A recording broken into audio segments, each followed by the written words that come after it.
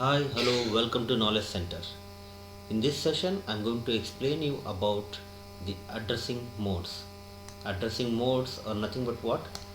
Uh, we are going to use these addressing modes to fetch the data, right? So addressing modes plays an important role while writing a program. You need to understand these modes before writing a program.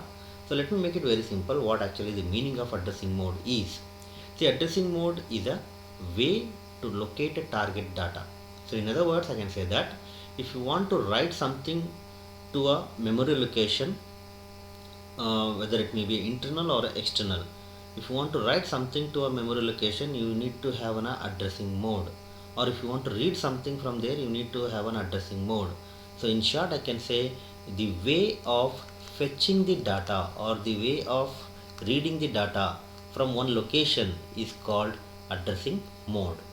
Okay, so we have majorly the basic and the important types of addressing modes are five: immediate register addressing mode, direct addressing mode, register indirect addressing mode, and indexed addressing mode. So these are the basic and most important addressing modes used widely in the microcontroller. Other than this, we have bit addressing mode, and we also have some other addressing modes. I will give just a note about that in the end of this video. But these are the addressing modes which used widely. For writing a program, you have to have an idea about these addressing modes. So now let's just have a look over what all these addressing modes are of. Okay, so let's have these immediate addressing modes at the beginning. So immediate addressing mode uh, will have the operand and which follows the opcode. Means here example I have written move a comma hash 030. This we call it as a pound sign. Here move is a opcode, whereas a and 30h is a operand. So the operand follows the opcode immediately, and we have a constant number at this part. So this constant number will be given directly to accumulator when you write a move. So move is nothing but whatever you have written here, that will be taken into accumulator. So one thing you need to understand here, in immediate addressing mode, the pound sign is most important. So after this pound sign, whatever you write, that will be taken to accumulator in this example. Okay, so after this pound sign, you have to write the constant number. You have to write the constant number only. That is what you need to understand. Okay, so after the pound sign, whatever I have written the constant number, that will be immediately given to accumulator. So once I execute this line, we get the result like this. Accumulator will have the number 30 in it. So immediately it is moved to A. That is why it is called as an immediate addressing mode. So we have an data immediately after the opcode. So this can be used to just assign some of the numbers to a accumulator or any other registers, right? So this is about immediate addressing mode. So it is very fast to take the data, means fast as the data loaded which is to be loaded is given in the instruction only. So we are not having that data anywhere, we have the data in this instruction itself. That is the data and that is given to A. So it is the fastest getting of output. The next one is the register addressing mode. So as name indicates, here I am going to make use of a register instead of a constant number. So move a comma r5, this is the syntax example here, whereas move is the opcode and a and r5 are the operands. A is the destination, r5 is the source operand. So when I write like this, the content of register r5 will be given to A.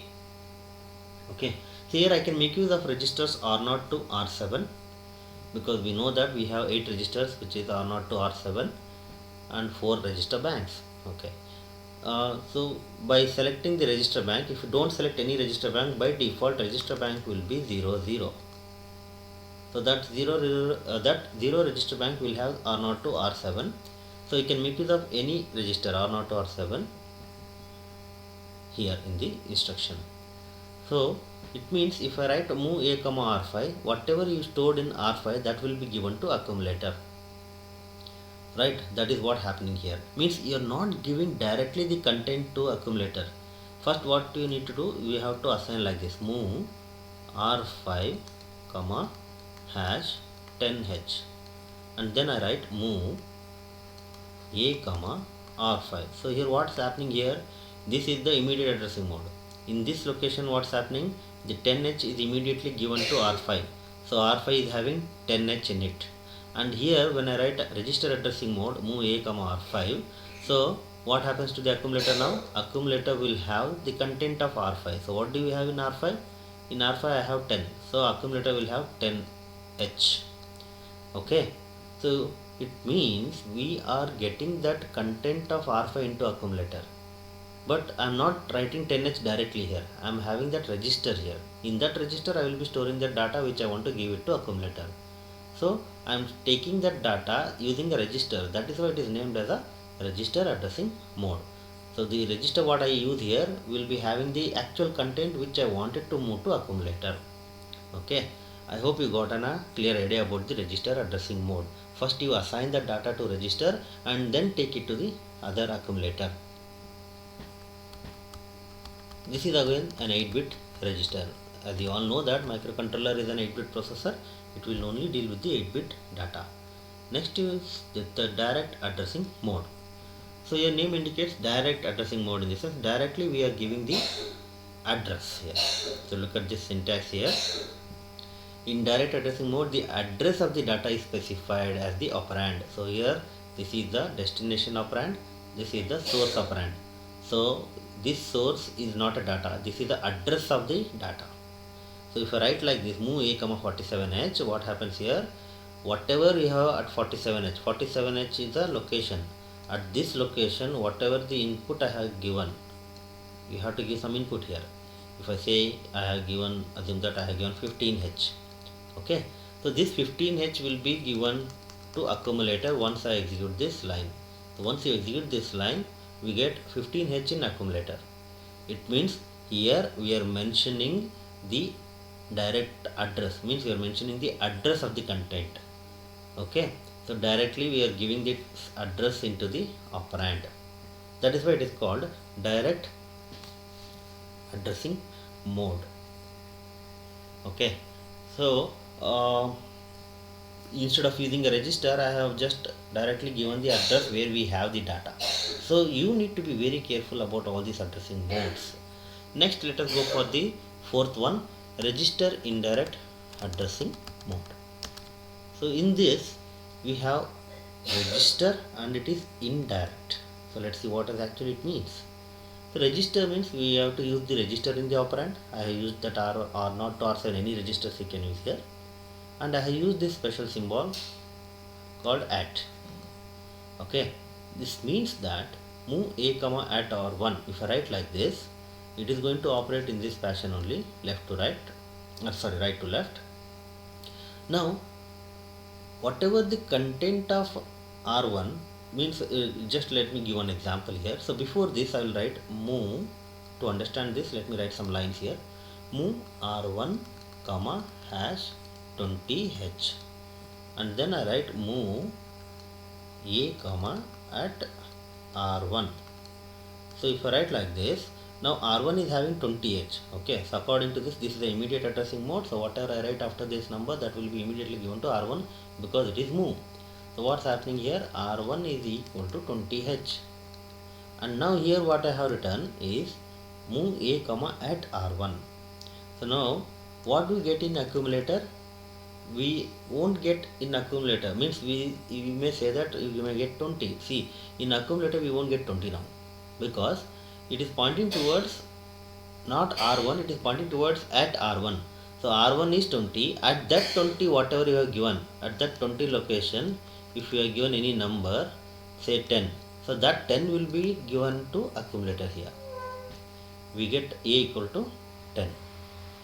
Means this R1 is holding the address, it is holding the address of the data.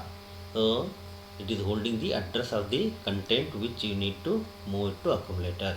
So indirectly it is pointing towards the content. So that's why it is called indirect register addressing mode. So this take more time, it will not be executed fasterly because first it has to jump to the address, and from there it has to fetch the data. Okay, so this is called an indirect addressing mode. Now the question is, if it is taking so much of long time, why should I use it? So very simple, you can make use of it so that I can increment. I can go for an increment option. I can increment this R1 and I can make use of the next number. So you'll come to know the advantage about this when we go for a programming. Okay, so I'll explain with the program. Okay, and one thing you need to understand here, only R0 and R1 are allowed for this type of an addressing mode. You can use move a comma at R1 and move a comma at R0. Only these two registers can be used for a register indirect addressing mode. You cannot use at R2, at R3, at R4, so on, because those are not specified or those are not valid in this microcontroller. Only these two registers R0 and R1 are allocated for indirect register addressing mode. I hope it is clear for you. Now the last one is indexed addressing mode. So this indexed addressing mode is used to read the data from the lookup table, or we can, in other words, you can say from the code view or code table. Okay, so the address of this is going to be the summation of accumulator and DPTR. Move C, see this is important here, C indicates that code. Move C a comma at a plus DPTR. So whatever the address we have, content we have in accumulator plus DPTR address, those two will be combination of these two will be the address. From that address it will fetch the data and that will be given to accumulator. And when you write move C here, it will fetch this from the code view, or you can say that from lookup table. It is not going to deal with an internal RAM or external RAM. It will deal with a code view, so which we generally won't use widely in the program. This is all about the major addressing modes which are used in the microcontroller 8051. Here I have mentioned some points here, that there is an absolute addressing mode, relative addressing mode, long addressing mode, and even we have bit addressing modes. So those are the special case of an addressing modes which we can study further in the upcoming videos. Okay, now this is sufficient to understand and write a program. I hope it is clear for you. If it is so, don't forget to like the video and also comment it in the comment box about the video. Thank you.